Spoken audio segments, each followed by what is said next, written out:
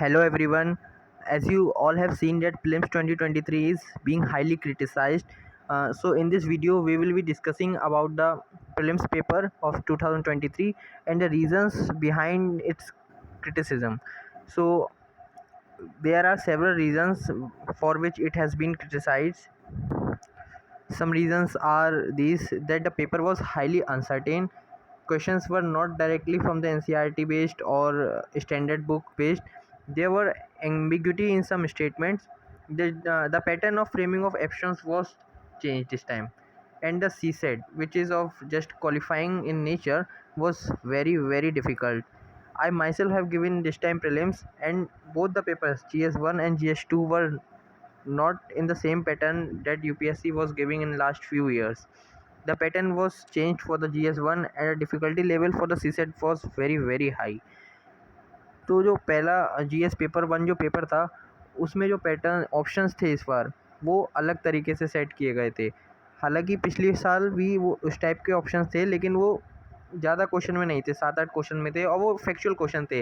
जैसे कि वेटलैंड्स दे रखा था कि ये वेटलैंड्स है, होकेरा वेटलैंड्स है, ये पर्टिकुलर स्टेट में है, यानी उसमें हमें बताना था कि कितने पेयर सही हैं या नहीं है। इसी तरीके से एक और क्वेश्चन था, वो न्यूज़ के बेस पे था। लेकिन इस बार जो क्वेश्चन थे वो जो नॉर्मल क्वेश्चंस भी आया करते थे स्टेटमेंट वाइज, उनमें भी इनको इंटीग्रेट कर दिया गया। तो उस वजह से जो एलिमिनेशन टेक्निक हुआ करती है, जिस पे यूपीएससी एस्पिरेंट्स बहुत ज़्यादा बिलीव करने लगे थे और बहुत ज़्यादा डिपेंडेंट हो गए थे, तो वो इस बार काम नहीं करी। उसी वजह उसका मेन रीज़न यही है कि अनसर्टेन होने का पेपर का मेन रीज़न वही है कि जो GS1 पेपर है वो अनसर्टेन हो गया, क्योंकि now no one knows what is the correct option. 100% sure कोई नहीं है और इसलिए अनसर्टेन हो गया है। और जो क्वेश्चंस का जो नेचर है, जो क्वेश्चंस पूछे जा रहे हैं आजकल प्रीलिम्स में, वो स्टैंडर्ड बुक से तो नहीं आ रहे हैं। ऐसा नहीं कि बिल्कुल नहीं आ रहे, 1-2 आते हैं, लेकिन 1-2 से काम नहीं हो रहा है। अगर कट ऑफ क्लियर करनी है तो 1-2 स्टैंडर्ड बुक से क्वेश्चन, टोटल 15-20 हो जाएंगे सारे सब्जेक्ट्स में मिला के, पर या that will not make our prelims clear. तो और 2016 तक अगर पेपर देखें तो तब तक जो नॉर्मल बुक से, स्टैंडर्ड बुक से, एनसीईआरटी से क्वेश्चंस आया करते थे।